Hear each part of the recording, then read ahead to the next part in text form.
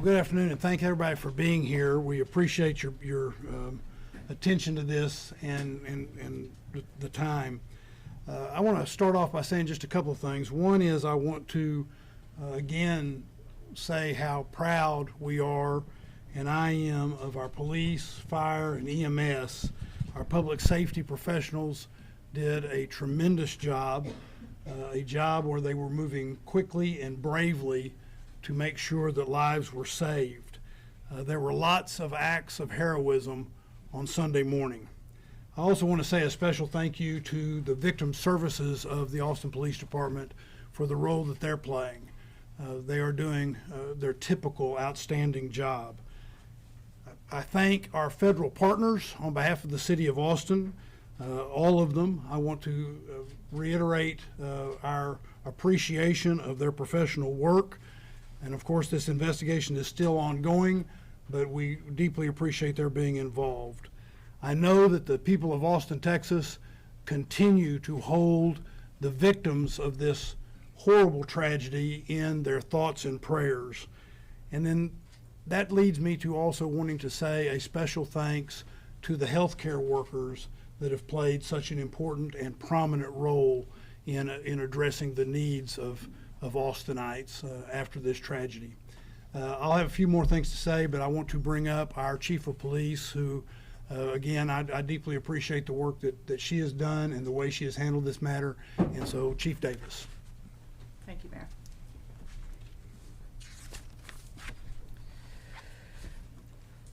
The last 34 hours have been some of the most challenging in my career. This has been difficult for our community, devastating to the impacted families, and challenging to our APD family. I want to thank our federal partners, Special Agent in Charge, and the evidence response team with the FBI.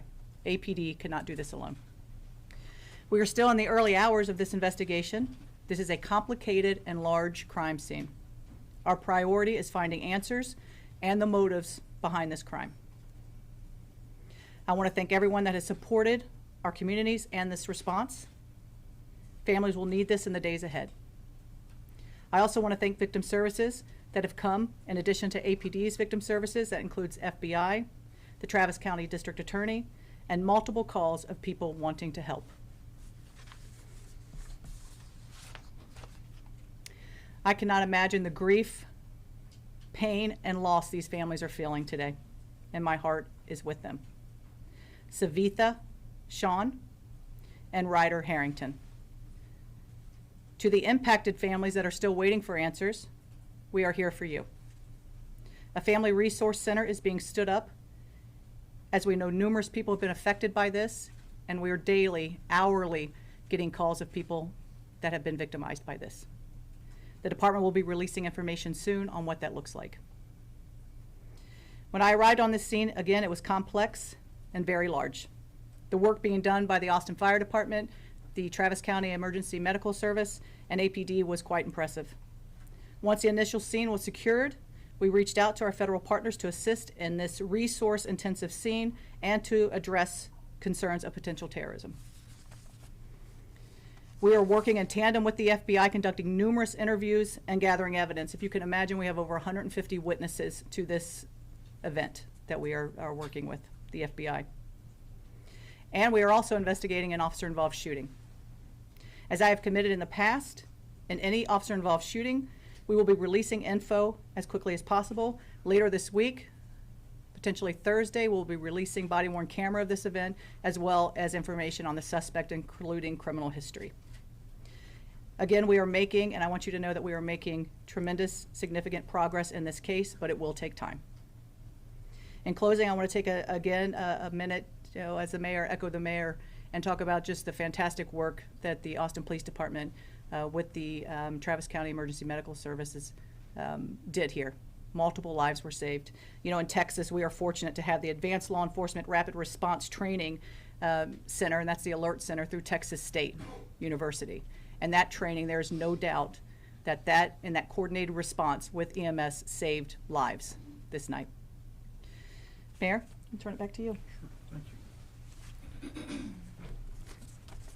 I also want to point out that we're joined today by our city manager T.C. Broadnax, and council member who represents the downtown area, Zoe Kadri. Before we take your questions, I want to say that we recognize that this is a very traumatic moment in our city. But when I talk about being proud of APD and fire and EMS, I want to also say how proud I am in how the people that are this city have reacted with such great compassion. We are all mourning together and grieving as a group, but we're seeing tremendous compassion and love coming out of the people of Austin. And so I urge everyone at this moment of trauma to reach out to each other and take care of each other and take care of our home. Be with each other. While this is a dark moment, our people are creating a lot of light in Austin, Texas. And what we do for each other matters. So now we're happy to, if there's a few questions, to take a few questions. Can we start over here? We can start over here and then we'll go here. Yeah, has this impacted any plans, security plans for South by Southwest? It has not. You know, we have a press conference, I believe, next Thursday for our spring festival season. And certainly as we look at Austin and what makes Austin so great are those events. We are a major city police department and we go in best practices. I feel confident that the resources we have in play, South by Southwest, will continue on and it will be a safe festival season. Do we know how the suspect acquired these guns and whether they were acquired legally? The guns were required legally. I believe in 2017 out of San Antonio they were purchased. Can you tell us more about the victims? I think you said Savitha Shan and Ryder Harrison. Ryder Harrington, yes. Okay. Can you tell us more? Are they UT students? I think Ryder was a Texas Tech student. I don't know as far as what school they went to. That is certainly something that we can look into. But they were young. I believe Ryder was maybe 22 and Savitha 24 or 20 respectively. Yeah. Are you able to share any details about the warrants that were executed yesterday in Del Valle and in Pflugerville? So anytime that you're doing an investigation like this, it's going to lead to search warrants. And so those warrants were based off information of where this person lived, addresses where he congregated, and evidence was taken from that. There's a video circulating on social media of an autonomous vehicle blocking emergency services near the scene on Sunday. Can you guys talk about the situation, what you encountered, and how you as you were accessing the scene and transporting victims? Yeah, I think that's something, I don't know if, Rob, if you wanted to address it? So Rob Lukritz, Chief of Austin Travis County EMS. EMS, as well as our fellow public safety partners, work very closely with the autonomous vehicle vendors that operate here in the city of Austin. We had more than 20 assets, resources that responded to this event. As was said at an earlier press conference, we were on scene within 57 seconds. And so in the grand scheme of the impact on the overall incident, we don't believe it had any impact on patient outcomes. I will say that we're already in touch with Waymo and the autonomous vehicles to give them our concerns and work with them in order to try to address this moving forward. If you guys could raise your hands, please. We'll go here, then Jamal. And for the chief and for Agent Durant, can you explain what more you've learned about possible motive? And I think it was reported that the suspect had a shirt underneath the sweatshirt that showed an Iranian flag. Is there a direct connection to the war in Iran with this shooting here? So I think for our purposes, as we're, looking at the totality of this, and certainly as a police chief, and we're coming in and we're getting this information, and we see those indicators. We see, the second shirt with the Iran and the picture of the Shah on that T-shirt as well. We're thinking about events and what's occurring in the country as well. And so, in addition to the fact that this was a huge, complex scene, we're calling in those federal partners to take a look at that as well. And so again, the motives, all of those things, that's what this investigation is about right now. Jamal. I don't mind. Oh, sure, go ahead. Okay. Go right ahead. Thank you. So I'll add on that, but first I just want to also express our regards for the victims' families, those impacted by this tragic event. It's not just those that were injured or killed, but obviously those that witnessed it are going to be forever impacted. And so just let them know we stand with you, and our thoughts are with you. With regards to the question, Yes, we, our ultimate goal in everything we do is to determine the motive, right? We're looking for connections that he possibly had, witnesses, as the chief had mentioned. We are pouring through thousands of hours of video. Have massive amounts of both digital and physical evidence. And this is a around-the-clock, 24-hour investigation at this point.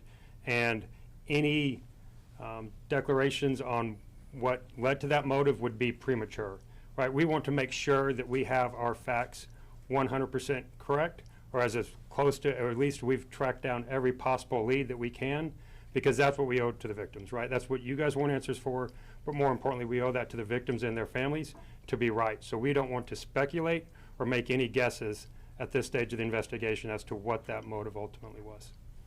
We'll go Jamal. To maybe piggyback off of that, are you all looking into anyone else that may be connected with the suspect at this time that you know of, or is there anything else about the suspect you can share? Chief? Again, we will have some criminal history, some background, that type of thing on Thursday when we address the officer-involved shooting. But as far as anyone else, that's all part of what that investigation is currently.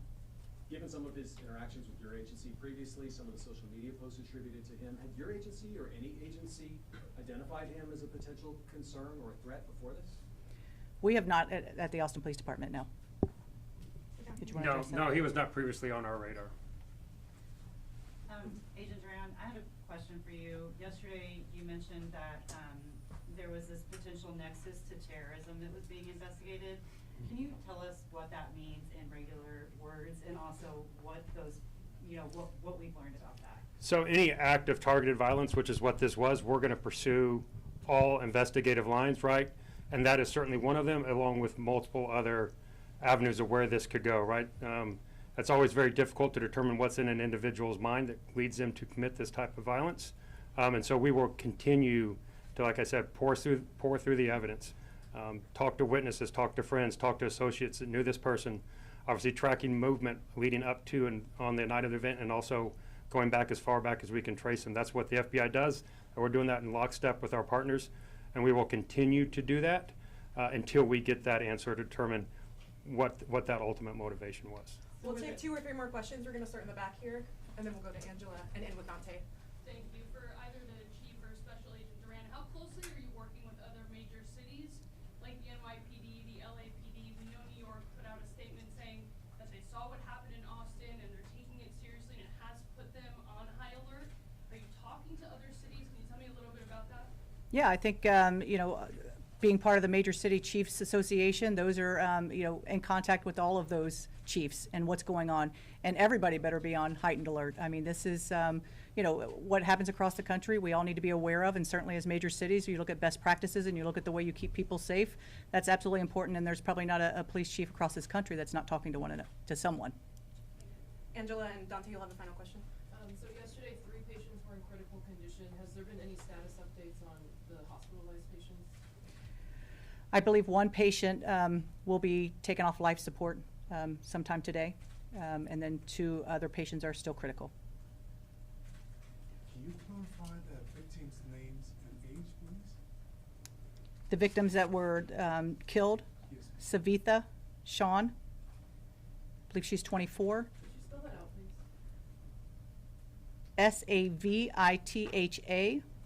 Savitha Shan, and Ryder, Ryder, Harrington, Harrington. I believe he's 22. Thank you.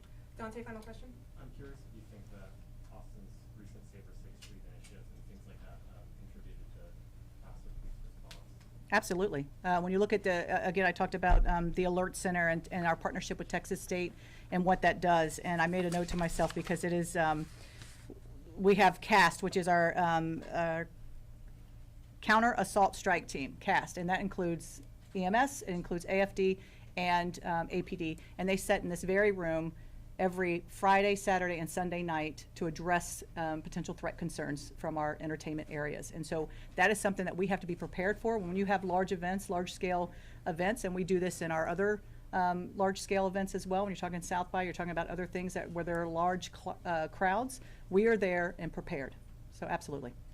If I might add Yep. one thing to that, in 2024, and Chief Lukritz and I talked about this yesterday, I guess it was. In 2024, the City of Austin also created the Downtown Area Command with EMS so that we would be better ready. That's what the recommendations coming from the professionals in EMS said they wanted and needed, that sort of thing, so we would be better ready.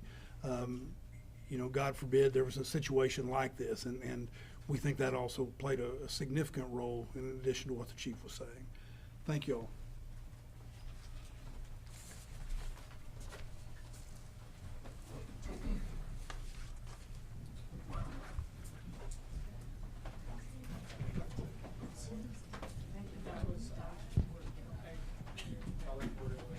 And everyone, just real quick, in closing, we will be sharing the information, the correct spelling of the names of the deceased, their ages as well, and then some additional resource information that we would like for you to help push out. In those could you, in that extra resources, clarify what taken off life support means?